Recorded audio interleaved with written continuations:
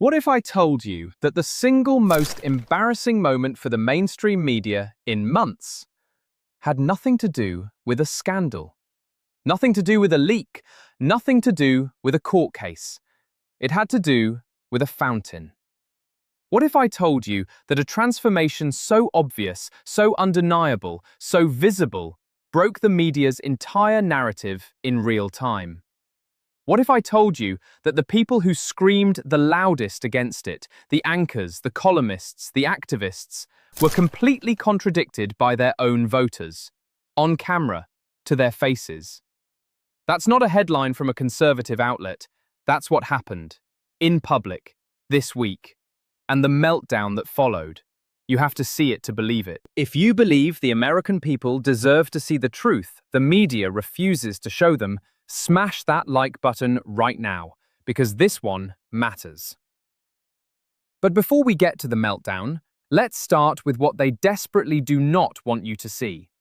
For years, Washington, D.C. looked like this. Marble so stained and filthy that residents couldn't tell it from concrete. Fountains bone dry, some of them for 19 years. Parks so overrun with homeless encampments that locals were afraid to go in. One woman, who had lived near Meridian Hill Park for almost 2 years, said she had never once gone inside. Not once. Because she didn't feel safe. That same woman walked through that park recently and said, and this is her words, "It seriously looks like Paris." She wasn't a Trump supporter. She wasn't on a conservative channel. She was just a person who used her own eyes. The Columbus Circle fountain, dry for 19 years under multiple administrations, is flowing again. The cascading fountain at Malcolm X Park, silent for nearly a decade, is running.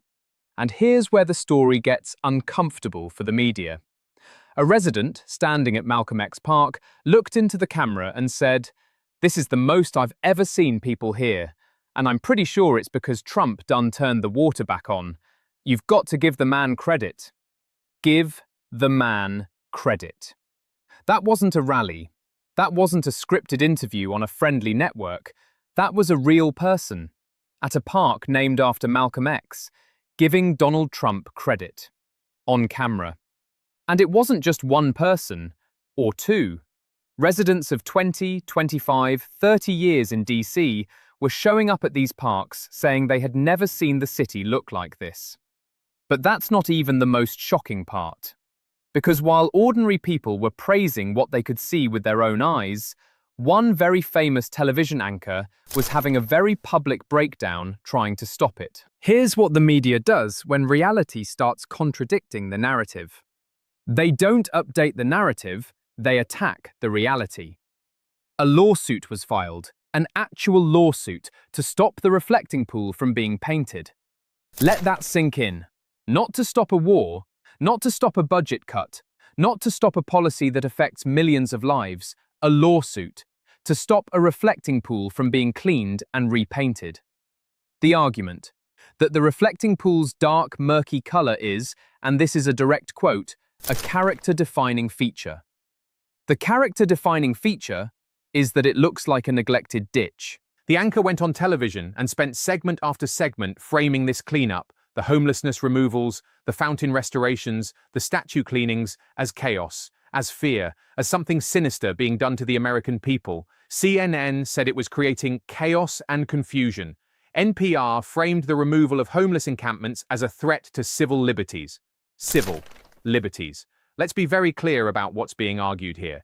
The official position being pushed by the media and aligned legal groups is that removing tents from public parks, turning on fountains that haven't run in a decade, and scrubbing graffiti off marble somehow violates the civil liberties of Americans. And the cost. The anchor hammered the $1.8 million price tag for the reflecting pool restoration, $1.8 million, for a complete restoration of one of the most iconic landmarks in the American capital. For context, cities like Los Angeles and San Francisco have spent billions on homelessness initiatives over the past decade, and the situation has gotten worse. But $1 million fountain restoration in Washington, D.C., that's the scandal. Here's where the story takes a dramatic turn, because while the anchors were rage-filing lawsuits and declaring a constitutional crisis over blue water, the people of Washington, D.C. were doing something else entirely. While the media was in court, the people were at the park, and they were talking.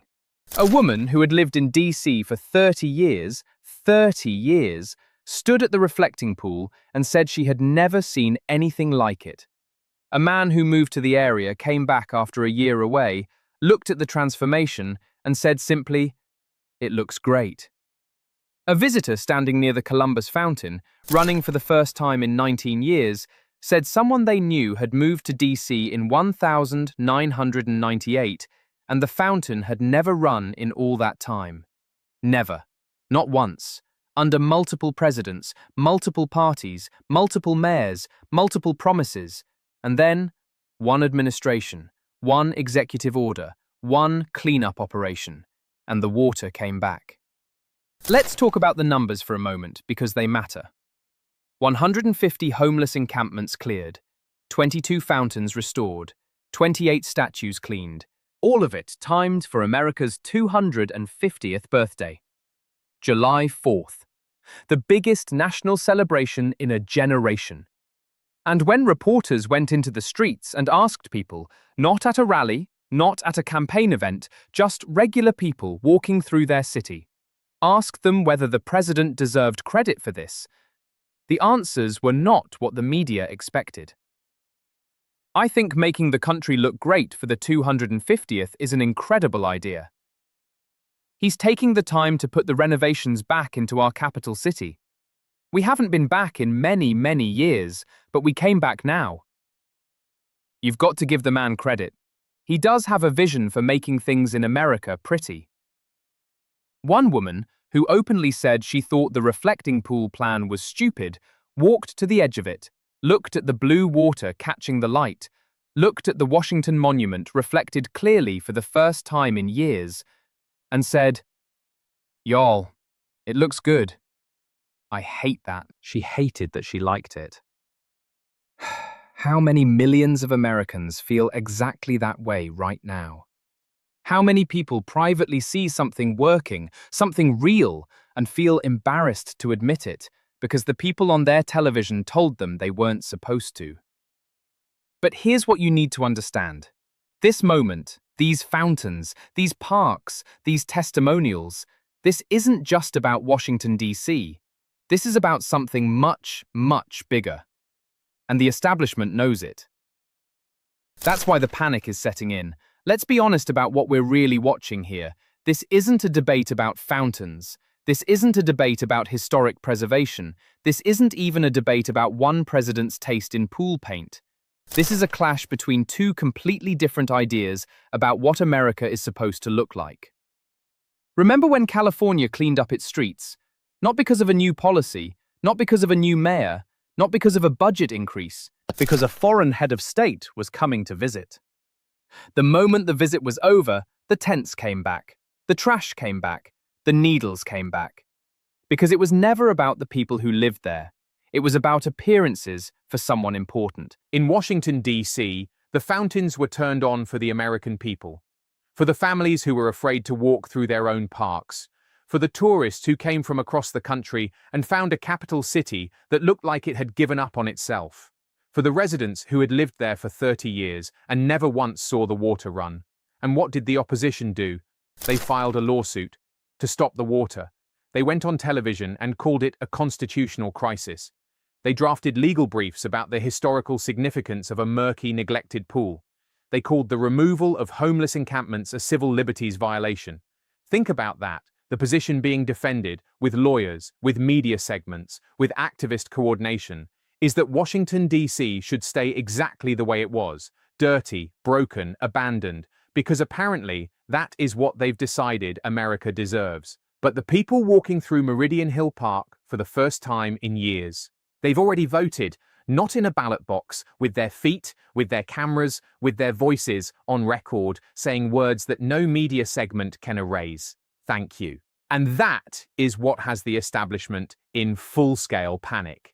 Here's what nobody in the media will say out loud. The panic is not about $1.8 million. The panic is not about the color of a pool. The panic is about what happens when people see what's possible. Because here's the thing about despair. It works best when people can't imagine the alternative. For years, the narrative was, this is just how cities are now. The tent cities, the broken fountains, the parks you can't walk through, the marble you can't tell from concrete. This is just how it is. Don't get your hopes up. Don't expect anything better. And then, almost overnight, the water came back on. The fountains ran, the parks opened, the monuments were visible again, and suddenly, people remembered what it felt like to be proud of where they lived. That is terrifying for anyone whose political power depends on managing decline. Because you can argue against a policy, you can spin a statistic, you can file a lawsuit about a paint color, But you cannot argue with a woman who lived near a park for 2 years, was too afraid to go inside, and is now standing in it, laughing, saying it looks like Paris. You cannot spin that. You cannot litigate that. And they know it. The cleanup of Washington, D.C. was never just a cleanup. It was a signal. A signal that decay is a choice, not an inevitability. That neglect is a policy, not a fact of life.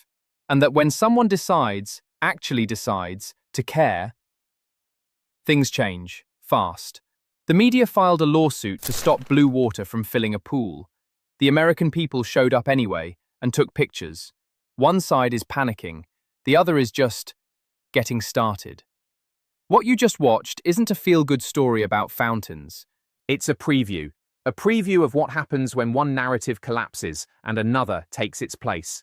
Right now, across this country, people are starting to trust their own eyes again. And that shift is the most dangerous thing that can happen to the establishment. Not an election, not a court ruling, people trusting what they can see. The media knows it, the lawsuits prove it, the meltdowns confirm it, and it's accelerating. The world is changing faster than anyone predicted. Click on the next video, because what's coming next makes this look like just the opening act. The establishment's worst fear isn't what already happened. It's what they know is coming.